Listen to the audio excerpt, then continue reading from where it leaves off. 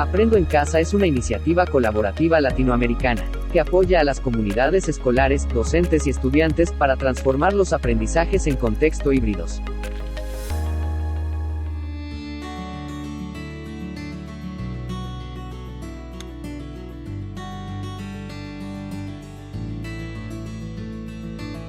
Muchísimas gracias, Ana María, y bueno, muy buenas tardes aquí en México son tardes, también creo que en varias partes por el sur también, para todas y para todos.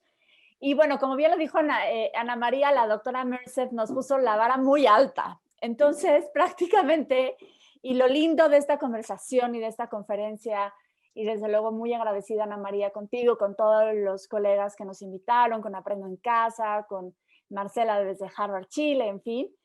Gracias por hacer esto posible. Yo voy a enlazar mi conversación, las reflexiones que traigo para compartirles, partiendo de la misma sintonía y del mismo ánimo en el que nos ha puesto la doctora Mercer, ¿no? Es decir, apuntalemos a ese corazón docente, a esa pasión, esa vocación docente, y sobre eso, antes de que Ana María me ayude a proyectar la presentación, yo sí quiero hacer un enorme grito, esfuerzo de voz para agradecer a todo el trabajo que han hecho las y los docentes de América Latina por sacar adelante y por hacerse presente en estos momentos de tan inmensa reto educativo, ¿no?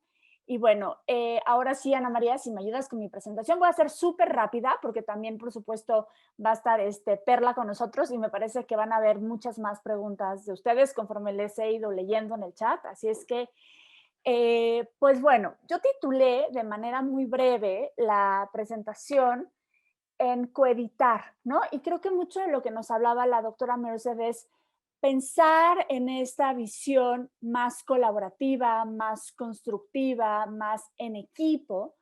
Y justo, gracias Ana María, si me ayudas con la siguiente, yo lo que quiero es invitarles a reflexionar y ahí van a poder, por supuesto, poner otra vez en este ejercicio de Mentis, que parece que no nos pusimos de acuerdo, Ana María, pero bueno, vamos a aprovechar mucho las tecnologías, ¿no?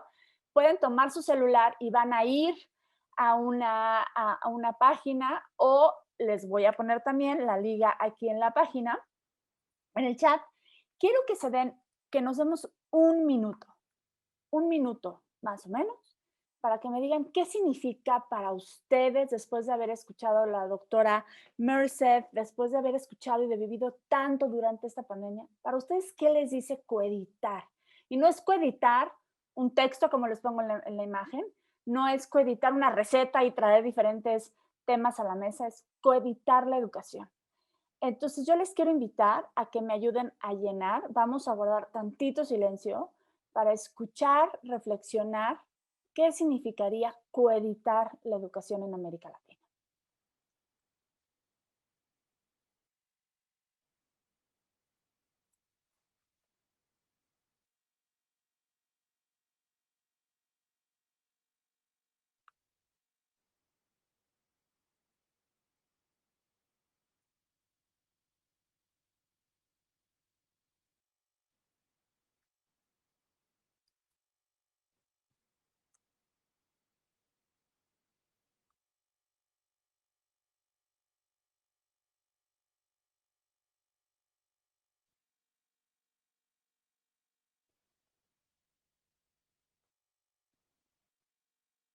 Muy bien, ya cerramos con el minuto.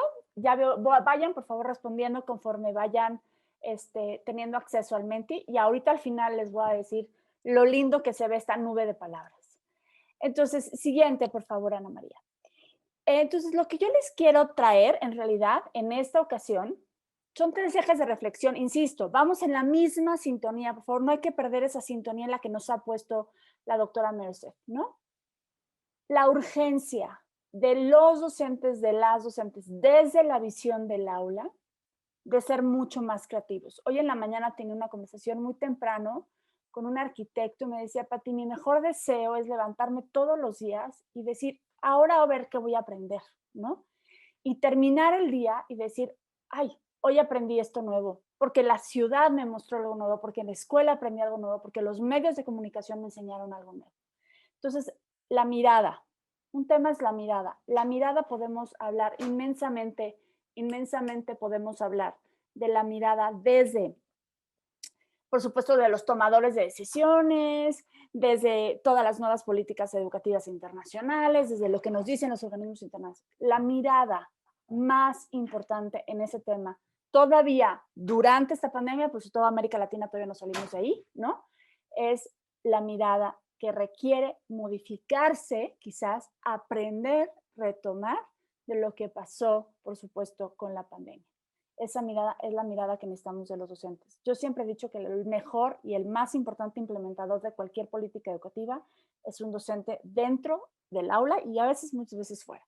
La segunda es la corresponsabilidad. Y ahorita van a ver por qué lo digo, porque además salió en las respuestas que nos dieron. Y el tema es el alcance y la equidad, ¿no?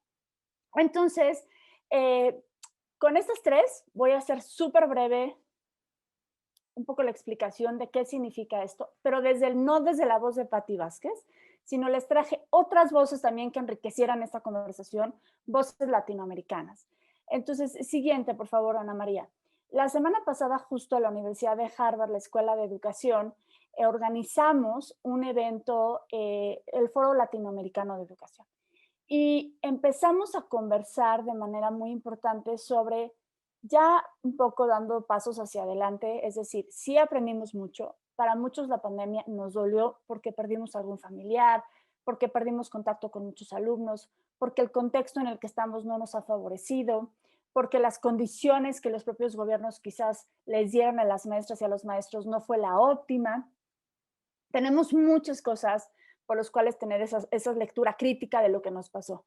Pero también tenemos, y yo lo que quiero hoy, así como la doctora Merson nos puso en este tema de mucho corazón y mucha empatía, yo los quiero poner con este mensaje de esperanza. Entonces, hoy les traigo el resultado de esa conversación, de dos conversaciones, pero voy a empezar con la primera, de lo que apuntalan, por supuesto, algunos especialistas de la región latinoamericana que decían, bueno, ¿qué fue lo que pasó? ¿No? ¿Y qué es lo que vimos? ¿No? De manera muy general. Y aquí van a tener, por supuesto, además les voy a mandar las infografías a Ana María para que las pueda circular. De todas maneras, están de libre acceso. Pero bueno, sabemos todo lo que ven aquí, es todo lo que ustedes han dicho en el chat la última hora. No, no hay nada nuevo, ¿no? Está el tema de innovación, está, por supuesto, el tema de alcanzar a los alumnos con más lejanía, están las respuestas a las preguntas que Ana María ha hecho al inicio, ¿no? Esta urgencia de experimentar una nueva educación presencial, por supuesto, no sin decir el gran tema del abandono escolar que todavía tenemos en la región, por terminar de medir y de evaluar el impacto de cuántas niñas, niños y jóvenes se fueron de los sistemas educativos latinoamericanos por diferentes razones, por cuestiones laborales, porque no tuvieron, por supuesto, la conversación y a lo mejor el ánimo de estar pues enlazados con los docentes, porque no tenían acceso a recursos tecnológicos, porque no tenían los recursos en el aula. Entonces, si se ve chiquito, lo pueden, por supuesto, hacer grande. Yo no tengo ningún problema, Ana María, ¿no? Pero ahí está, ¿no? Es decir, este es el resumen de Cristóbal Cobo, de Agustín Porres, de Salvador Páez de Guatemala, que decían, esto fue lo que pasó, ¿no? La pandemia detonó esto, no quiere decir que no estaba antes, lo hemos dicho durante muchos años, si no ponemos un esfuerzo en dar mayor tecnología a los más necesitados o a las escuelas en mayor reto académico, en fin, si no ponemos un esfuerzo importantísimo en la profesionalización docente, si no hablamos de nuevos modelos de contratación laboral, si no renovamos en los sistemas educativos latinoamericanos, ya estoy hablando del mexicano como si fuera uno, pero bueno, son muchos, ¿no? Entonces, todo esto pasó como resumen de la pandemia, ¿no? Entonces, ya lo que les quiero decir con estos datos que les pongo enfrente y además en realidad son unas infografías o documentaciones gráficas de una conversación, tiene mucho que ver con ya está colocada una mirada distinta. Desde, por supuesto, los especialistas, pero estoy convencida que también de ustedes por todo lo que han contestado. Vamos a la siguiente. Nada más antes de pasar a la siguiente, yo lo que sí les quiero traer es una reflexión que tuvimos el año pasado, de marzo a octubre, con 89 ministerios de educación del mundo. Y lo que les quiero decir es, en todos lados, en los países de Medio Oriente, en los países africanos, en los países, por supuesto, Estados Unidos, Canadá, Nueva Zelanda, Australia, Asia, por supuesto, en el continente asiático, nuestro además. No, todos se preguntaron y todos los ministros de educación apuntalaron por algo de esta mirada distinta que les quiero que se lleven hoy, ¿no? Sobre todo porque esa mirada distinta la necesitamos de los docentes, perdón mi insistencia en eso, ¿no? Todos coincidieron en algo.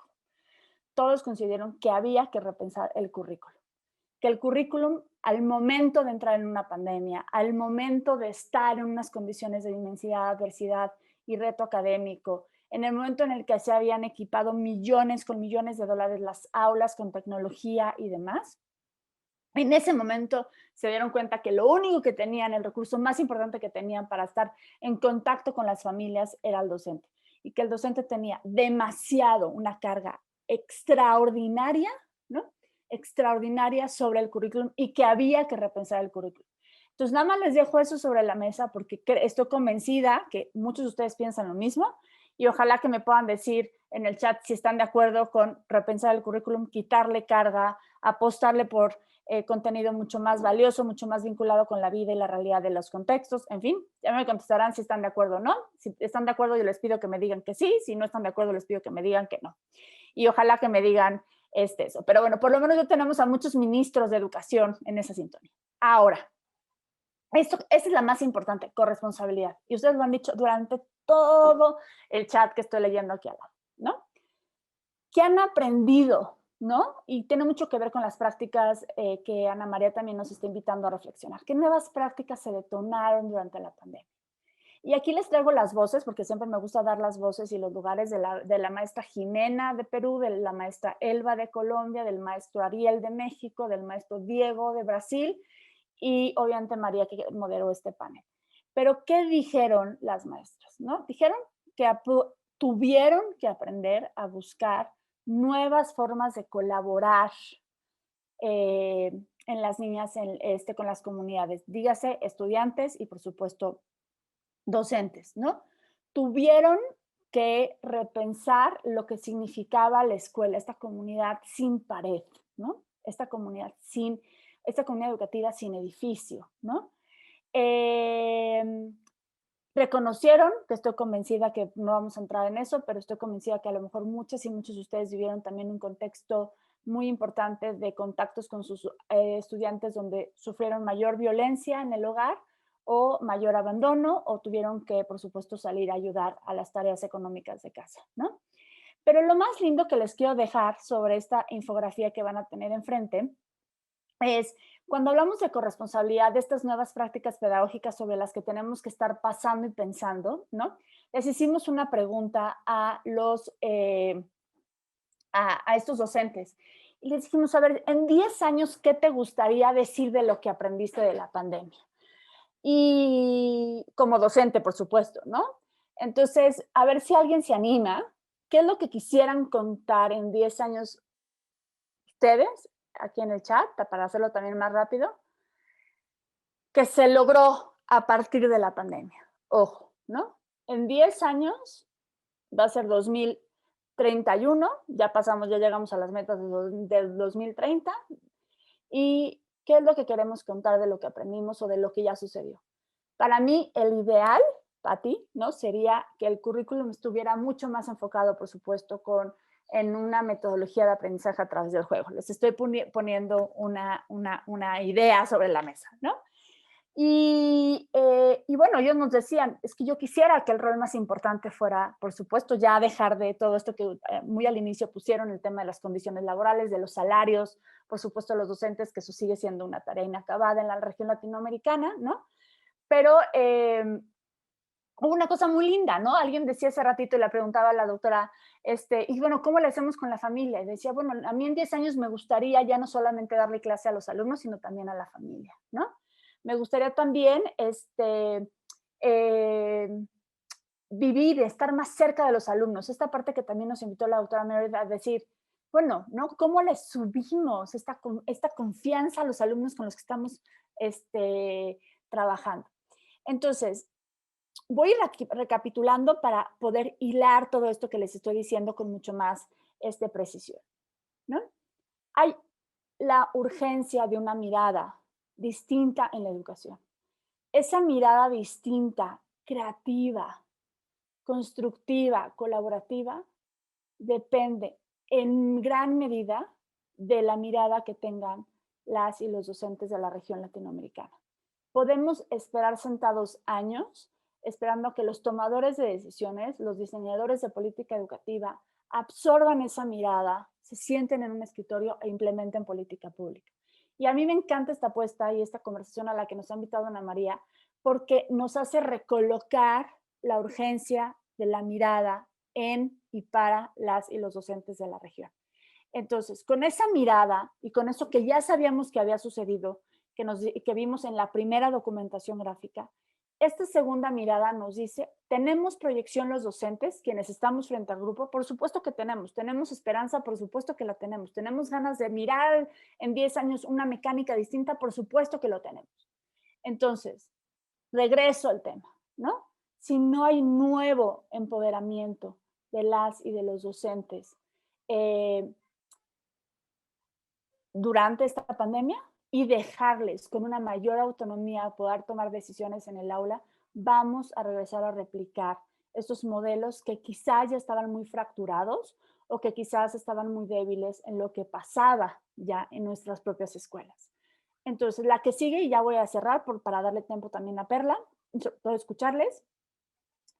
Entonces, con lo anterior, lo que les quiero dejar, ya les contesto del alcance, que en realidad es la conversación de los ministros, entonces si quieren nos vamos a la siguiente, me la adelanté Ana María para ponerlo un poquito antes en la conversación. Entonces, con esto que les quiero decir es, la continuidad, que es un gran reto, bueno, hoy déjenme hacerles un ejemplo muy concreto, la cantidad de niñas y jóvenes mujeres que abandonaron la escuela ya contando, más o menos es una aproximación, lo que sucedió en la pandemia, es como si tuviéramos solo a México vestido de puras niñas y jóvenes entre 3 y 21 años de edad, solamente mujeres, 135 millones de niñas y jóvenes están fuera de la escuela. Este es el tamaño, cuando hablamos un tema de mujeres, de niñas, de educación, de género, el tamaño de reto que tenemos hoy en el mundo. Si juntamos, por supuesto, los datos de América Latina, por supuesto, no es un país entero como México, ¿no? Pero el tamaño va a ser también muy significativo. Si quizá juntamos a Costa Rica, con Ecuador, a lo mejor con Chile, ¿no?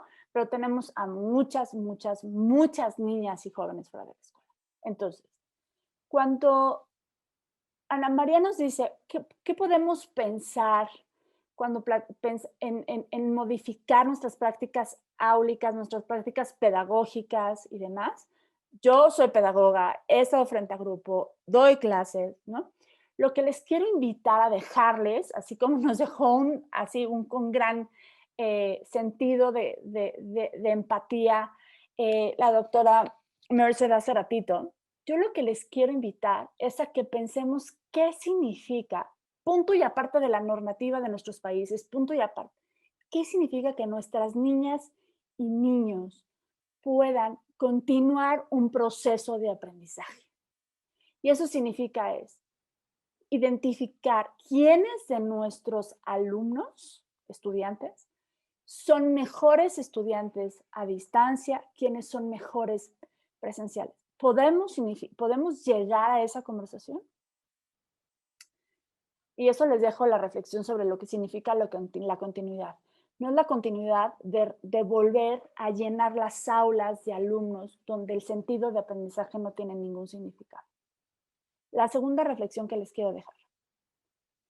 ¿Qué significa motivar a nuestros alumnos? ¿No?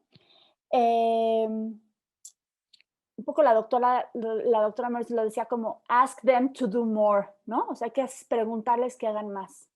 Pero la motivación requiere de muchos otros instrumentos y de muchos otros elementos. Y pasa por un autotrabajo, autorreflexión de los docentes. Y bien dicen que un alumno no aprende si está asustado, pues yo estoy convencida que un docente no aprende si no está bien socioemocionalmente hablando.